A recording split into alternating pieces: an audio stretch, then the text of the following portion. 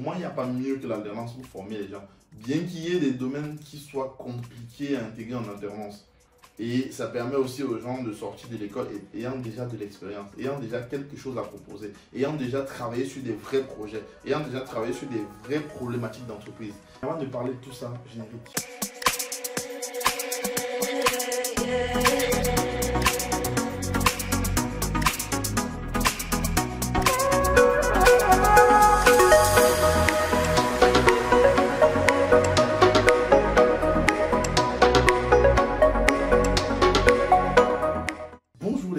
Je suis Herman Kiaté, on est chez Un Jour Un Métier. Ici, on parle d'orientation, de reconversion, de digital. Bref, on parle de tout ce qui est lié à l'écosystème de la jeunesse et de son épanouissement. Aujourd'hui, la question est simple, c'est de savoir c'est quoi l'alternance, qui est concerné, comment ça marche, combien on gagne. Bref, c'est de savoir ce que c'est, ses avantages, ses inconvénients. Attention, je tiens à préciser quand même que pour tout ce qui concerne la rémunération, notamment des alternants, veuillez vraiment vous référer au site du gouvernement, service public à ce niveau-là, ou alors du site du ministère du Travail, qui mettent à jour ces chiffres-là en fonction des variations des lois. Alors, l'alternance, déjà, qu'est-ce que c'est? C'est un principe simple, comme l'expression le dit, c'est étudier et travailler en même temps et les deux de façon conjointe, entre guillemets. L'alternance a deux formats. Il y a le format contrat d'apprentissage, contrat d'alternance, et le format contrat de professionnalisation. Il y a des différences entre les deux, mais la différence la plus connue, c'est que généralement, quand on est en contrat d'apprentissage, le brut de notre rémunération est équivalent au net, c'est-à-dire il n'y a pas de charge patronale. Et ensuite, quand on est en contrat de professionnalisation, il y a une certaine charge patronale, mais qui n'est pas égale à celle d'un employé classique. Mais il y a tout de même des cotisations patronales qui sont appliquées à la rémunération d'un étudiant en contrat de professionnalisation. Ensuite, généralement, les contrats d'alternance sont des programmes sur lesquels on peut poursuivre des études par la suite. Et généralement également, suite à un contrat de professionnalisation, on est plus orienté en tout cas vers l'emploi, c'est-à-dire à la sortie d'un contrat de professionnalisation, autant pour moi généralement on va directement à l'emploi, alors que derrière les contrats d'apprentissage on peut poursuivre des études jusqu'à l'infini entre guillemets, bien entendu. Déjà le contrat d'apprentissage ou d'alternance si on veut, ça concerne qui? Généralement les gens qui suivent ma chaîne ce sont des personnes immigrées en Europe, en Occident en général. Pour le cas de la France, quand on arrive en France avec un titre de séjour étudiant, la première année, on ne peut pas prétendre à un contrat d'apprentissage. Ce ne sera ouvert à ces personnes qu'à partir de la deuxième année. Je ne sais pas exactement pourquoi, mais je pense que c'est une histoire de droit de travail sur le sol. Car quand on est en contrat d'apprentissage, on est considéré comme un travailleur. On est érigé par les lois du travail, par le code du travail exactement. Donc quand on vient d'arriver en France, et bien, la première année, on n'a pas droit à de l'apprentissage. Je pense aussi que c'est lié au fait que quand on choisit son école depuis le pays d'où on vient, soit la Côte d'Ivoire, le Bénin, le Gabon, le Cameroun et bien d'autres, et ben, on choisit une filière directement en initiale. Donc il serait inconcevable ou alors illogique de choisir une filière depuis son pays d'origine en prenant déjà de l'alternance sans avoir eu ne serait-ce que le temps de comprendre un peu comment fonctionne la France, comment fonctionne le travail, comment fonctionnent bien des choses socialement parlant avant même de s'engager là. Donc je pense que cette raison-là y est pour quelque chose. Maintenant, quand on arrive en France, par exemple par regroupement familial, ou alors par droit d'asile et je ne sais d'autres, ou alors par droit du sol ou par droit du sang et bien d'autres choses, on a directement droit à l'alternance parce que ces types de titres de séjour là en tout cas donnent droit au travail. Je tiens à préciser tout de même que je ne travaille pas à la préfecture, je ne suis pas expert du domaine, mais je sais que généralement en France, quand un titre de séjour donne droit au travail, c'est marqué dessus. Ce document permet de travailler, tout simplement. Si vous avez un document qui vous permet de travailler, automatiquement, vous pouvez accéder à l'alternance dès la première année, sauf bien évidemment les gens qui ont un titre de séjour étudiant qui n'ont droit qu'au type de travaux accessibles pour étudiants. Pour tous ceux qui sont nés en France, ils sont pareils que les autres en dehors des étudiants. Ils peuvent accéder à l'apprentissage quand ils veulent. Dès que possible, en tout cas dès la classe de 3e, en passant via des CAP, via du bac pro, du BEP, du BTS, de la licence, des masters, des écoles d'ingénieurs et bien d'autres. Donc ça, c'est ce qui est pour qui. Ensuite, comment ça marche? Disons que l'apprentissage fonctionne avec deux parties. Il y a l'entreprise et il y a l'école. Pour que ça fonctionne, il faut qu'il y ait une entreprise qui, via un organisme qui gère les contrats d'apprentissage, qui va générer le contrat entre l'école, l'étudiant et l'entreprise. Donc il y a ce qu'on appelle un OPCO, qui est un organisme en fait qui gère, qui érige en tout cas, qui gère les contrats d'apprentissage, d'alternance et les contrats de professionnalisation. Alors, comme je disais, comment ça marche? En fait, on va d'abord trouver une école qui propose une formation en alternance qui nous intéresse. Ensuite, elle va nous expliquer les modalités, les types d'entreprises et toutes les informations à connaître. Une fois qu'on a tout cela, on va ensuite aller chercher une entreprise comme toute bonne personne qui est à la recherche d'un emploi, tout simplement parce que clairement, c'est un emploi.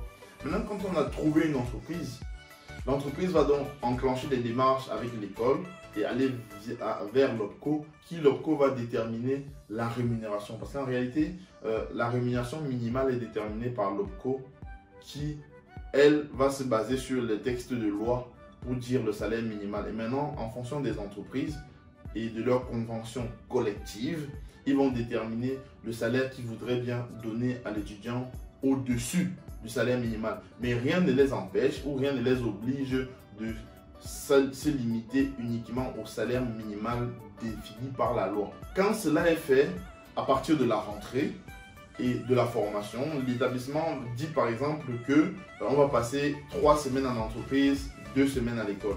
Ou alors 3 semaines en entreprise et 1 semaine à l'école. Ça, c'est ce qui est généralement pour les contrats de professionnalisation. Mais dans certains types de formations, notamment le marketing, le commerce, la communication, ces types de métiers-là, il y a une priorité à l'entreprise. Ce qui fait que généralement, vous allez voir, les gens qui sont dans ces filières vont généralement faire du 3 semaines entreprise, 1 semaine école. Mais pour des filières beaucoup plus techniques comme l'ingénierie, on est plus dans 3 semaines entreprise et 2 semaines école. Dans certaines filières, on va encore plus loin où on fait vraiment du 50-50. Donc ça dépend vraiment de l'entreprise, de l'établissement et ça se discute. Heureusement, depuis l'arrivée de la Covid, notamment en France, il y a des lois qui ont été mises en place pour faciliter l'embauche des alternants. Car le gouvernement estime que pour des personnes issues des formations en alternance, l'intégration au marché de l'emploi est beaucoup plus facile et on remarque que ces personnes se font embaucher beaucoup plus rapidement parce que la question de l'expérience à l'issue de la formation n'est plus d'actualité. Parce qu'une personne qui a été formée en alternance, et ben, sa période de passée en alternance est comptée comme de l'expérience professionnelle parce qu'elle l'a bel et bien passée en entreprise. Donc on voit clairement qu'une formation en alternance a bel et bien cet avantage-là qui est considérable. En termes d'avantages, maintenant qu'on sait qui, comment, en termes d'avantages, c'est quoi les avantages? Le premier avantage, c'est qu'on est payé. Ça veut dire que vous allez à l'école, mais à la fin du mois, vous allez à l'école, vous allez en entreprise bien évidemment, mais à la fin du mois, vous avez un salaire, contrairement à d'autres étudiants qui doivent avoir d'autres boulots, entre guillemets, de côté.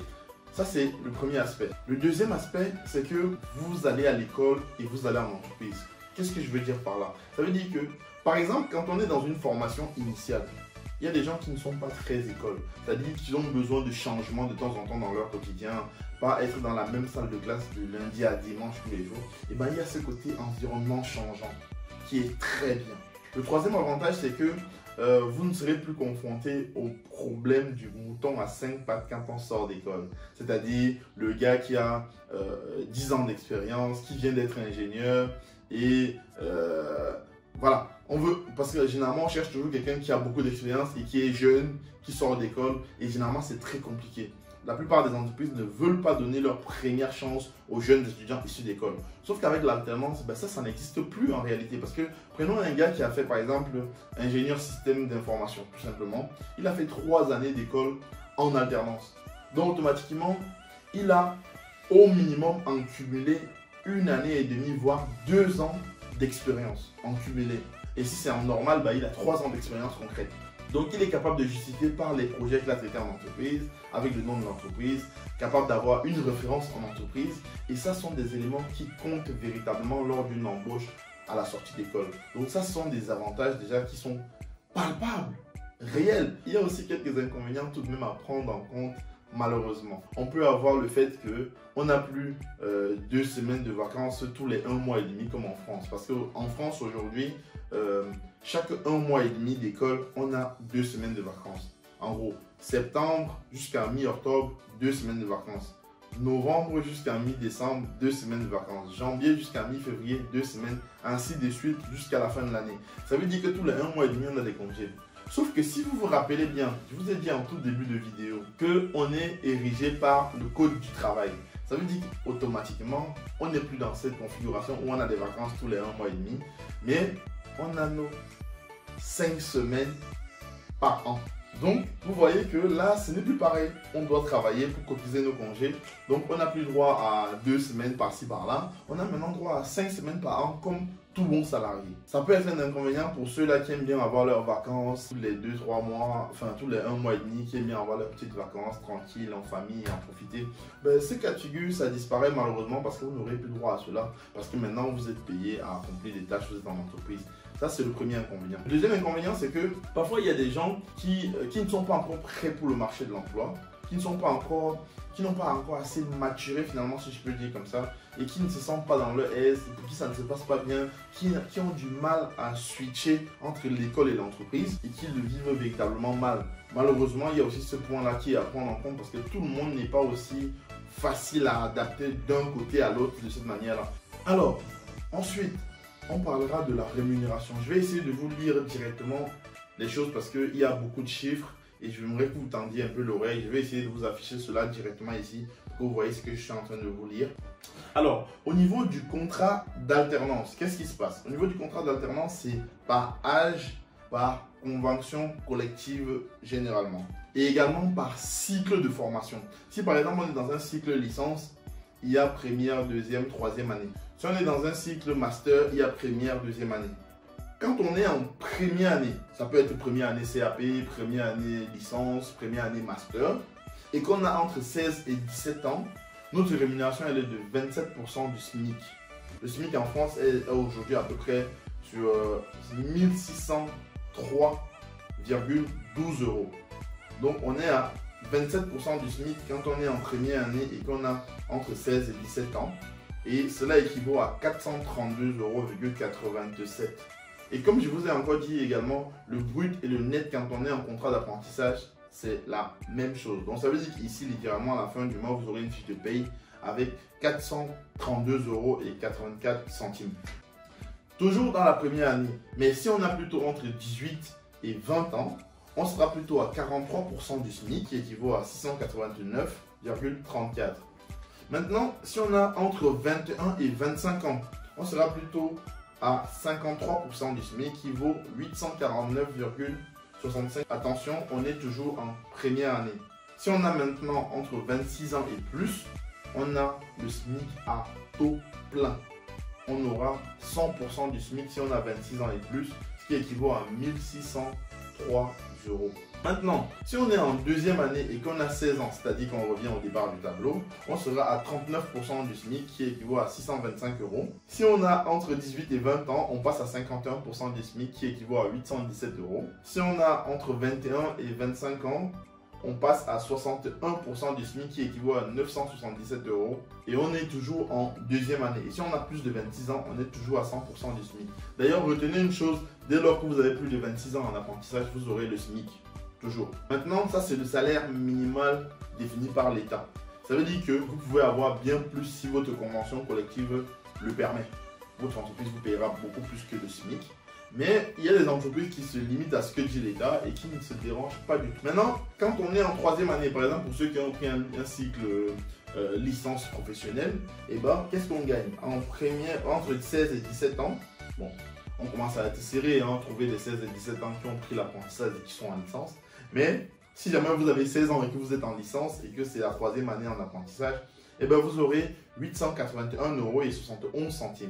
Si vous avez entre 18 et 20 ans, ce qui est un peu plus probable dans certains cas de figure, et ben vous aurez 67% du SMIC qui équivaut à 1074 €. Si vous avez entre 21 et 25 ans, ce qui est ce qu'on retrouve le plus en troisième année généralement, vous aurez 78% du SMIC qui équivaut à 1250 €. Et si vous avez plus de 25 ans, comme je le disais, bien évidemment, vous passez au SMIC à taux plein. Sur le site de servicepublic.fr, si vous tapez contrat d'apprentissage, vous avez toutes les informations à ce sujet-là. Donc ça, c'est pour ce qui était de la rémunération.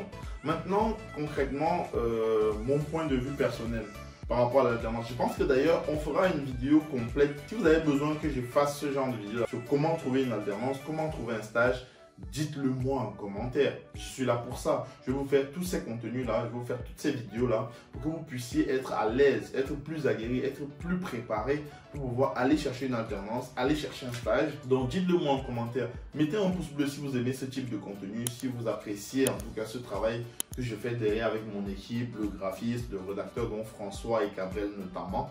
Dites-nous tout, faites-nous des retours. N'hésitez pas à partager ces contenus. Pensez à partager, à vous abonner à la chaîne parce qu'il y a énormément de contenu qui va arriver durant l'année 2022.